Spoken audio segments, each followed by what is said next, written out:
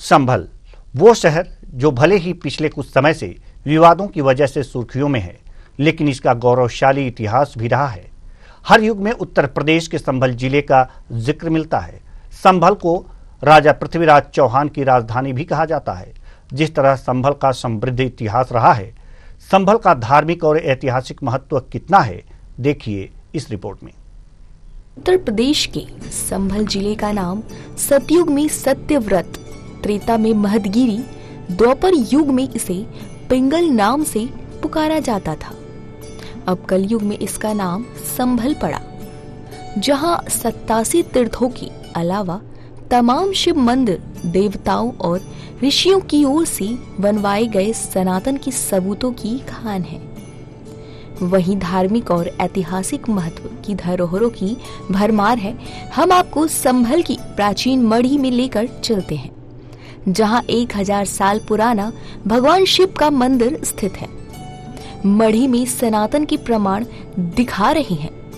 वहीं मौजूदा समय में प्राचीन मढ़ी पंचदशनामा जूना अखाड़ा से जुड़ी है, जहां पर न्यूज आवर की टीम ने ग्राउंड जीरो पर पहुंचकर पड़ताल की। संभल के बहजोई ब्लॉक मुख्यालय से करीब 10 किलोमीटर दूर सोत नदी के किनारे 50 फीट से ज्यादा ऊंची मढ़ी एक टीले पर स्थित है। प्राचीन मंदिरों के अलावा यहाँ 2 पक्की समाधियां हैं। प्राचीन बट वृक्ष कुआं माँ इमली देवी का मंदिर है। वहीं मढ़ी परिसर में 6 समाधियां हैं। मान्यता है कि शिव मंदिर में मत्था टेकने से संतान की प्राप्ति होती है। वहीं मढ़ी के पीछे की सुरंग है, जिसके बारे में कई की किंवदंतियां हैं। कहा जाता है कि घोड़े पर बैठकर सुरंग से संभल के लिए आया जाया जा सकता है और संभल से दिल्ली तक पहुंच सकते थे। लेकिन मौजूदा समय में सुरंग में जंगली जानवर और मढ़ी वाले प्राचीन सर्प होने की बात स्थानीय लोग कहते हैं। टीले पर ही मिट्टी से बहुत बड़ी बड़ी ईंटें, मानव हड्डियां और प्राचीन सिक्के निकालने का भी दावा किया जाता है। सुरंग के रास्ते से हिंदू सम्राट पृथ्वीराज चौहान की संभल आने जाने का रास्ता हुआ करता था।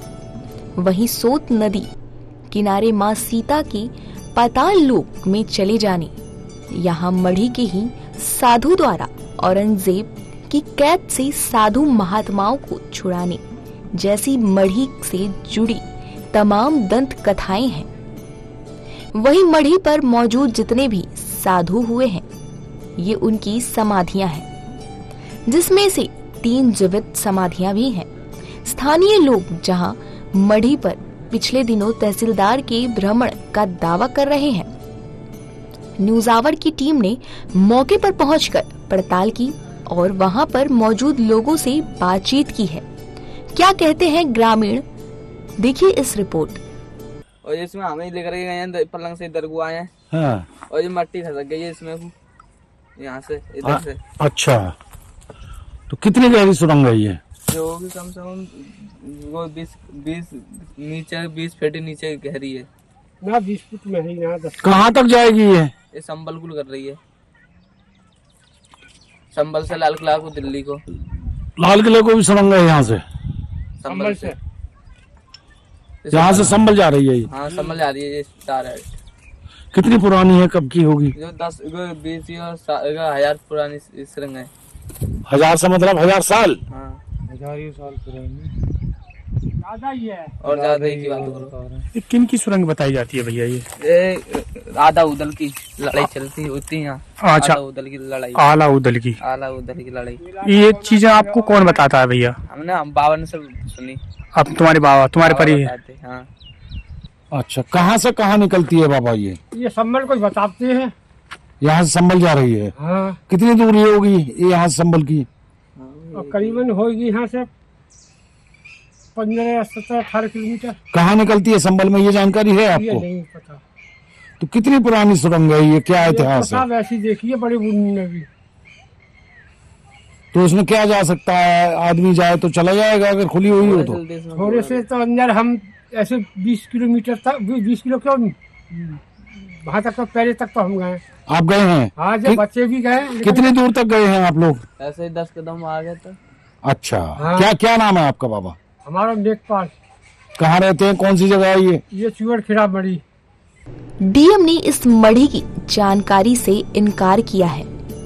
मढ़ी मंदिर, कूप, सुरंग, बट वृक्ष एवं समाधियों का पुरातन स्वरूप जहां धार्मिक एवं ऐतिहासिक रूप से महत्वपूर्ण है, वहीं पूरा मढ़ी क्षेत्र सनातन का जीता जागता सबूत है। अलबत्त आस्था की वशीभूत लोगों को मढ़ी के जीर्णोद्धार की उम्मीद है। प्रशासन द्वारा मढ़ी की शुद्धि हाथ में लेने के बाद समाधियों के रहस्यमय लोक समेत तमाम दंत कथाओं के साक्ष्य उजागर होने की उम्मीद है।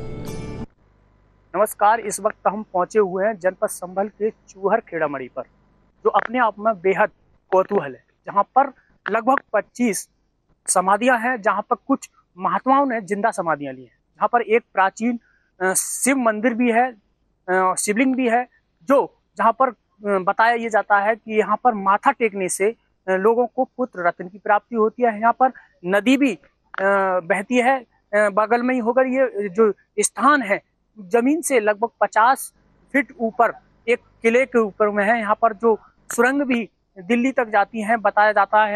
यहाँ दिखाना चाहेंगे किस तरीके से इस जो बरगद का पेड़ है और समाधियां हैं, तमाम ऐसे चीजें हैं जहाँ पर लोग दूर दराज से आते हैं, उनकी जो मनोकामनाएं पूरी होती हैं।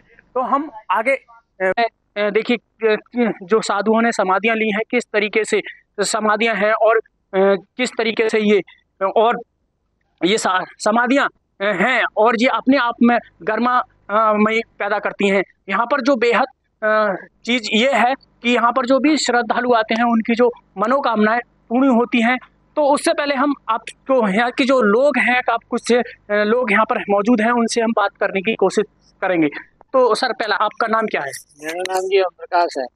ओम प्रकाश जी, यहाँ पर ये जो चूहड़ खेड़ा मढ़ी के नाम से ये मढ़ी जानी जाती है, लगभग 50 फुट मीटर ऊपर किले मतलब उसके ऊपर है ये जमीन से।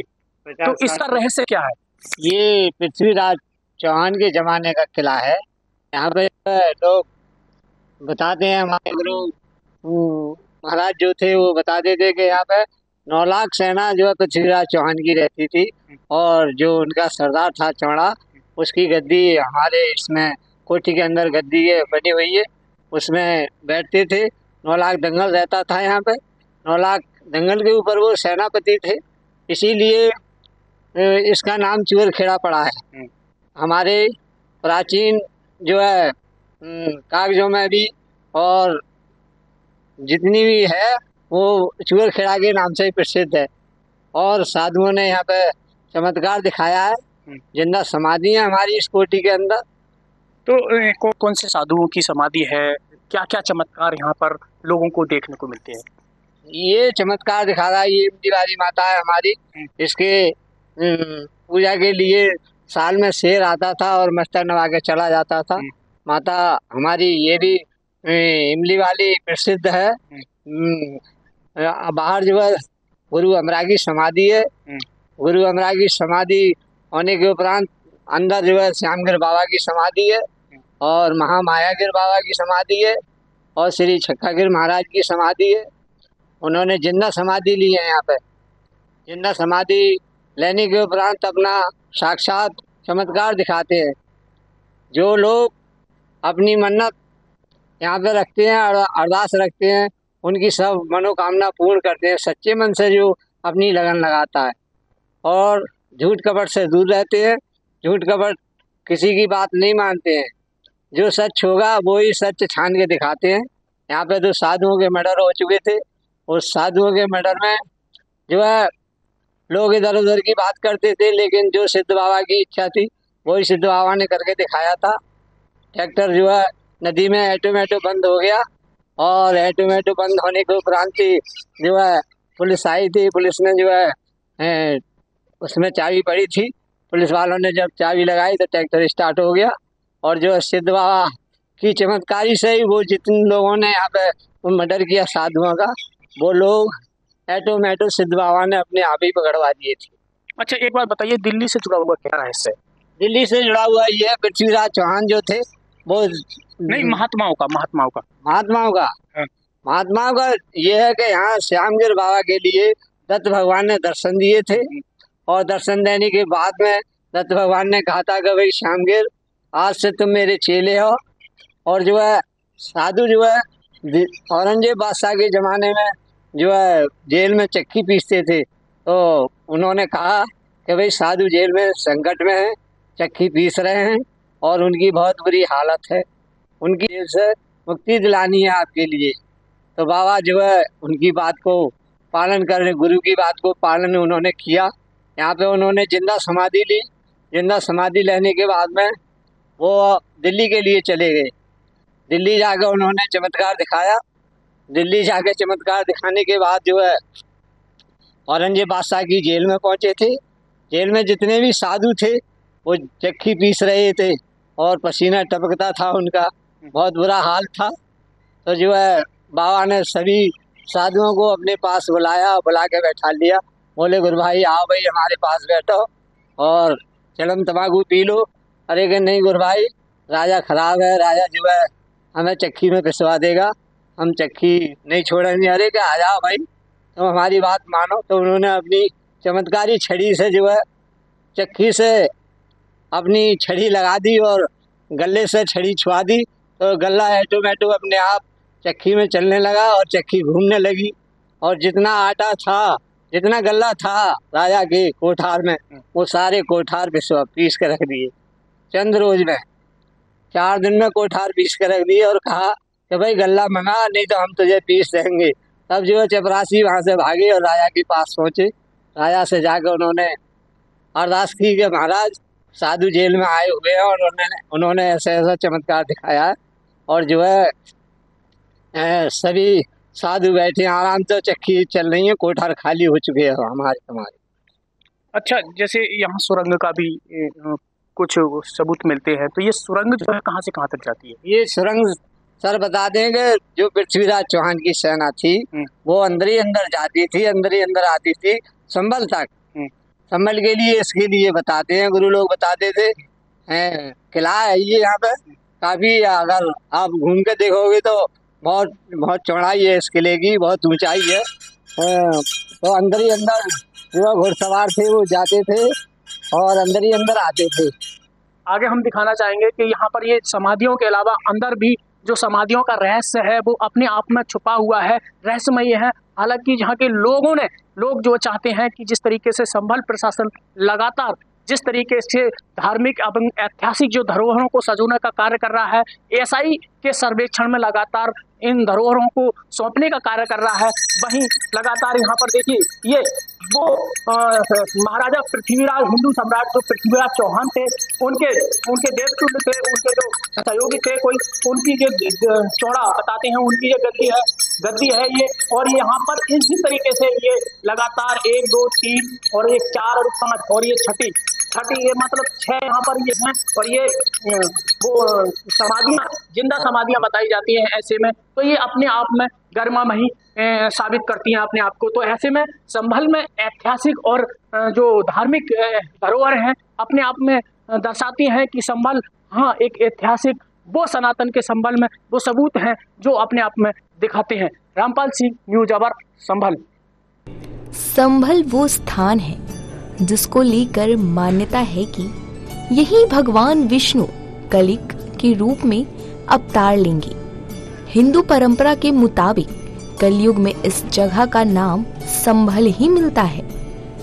भगवत पुराण से लेकर कल्क पुराण तक में संभल का जिक्र आता है। संभल से न्यूज आवर के लिए रामपाल सिंह यादव की रिपोर्ट।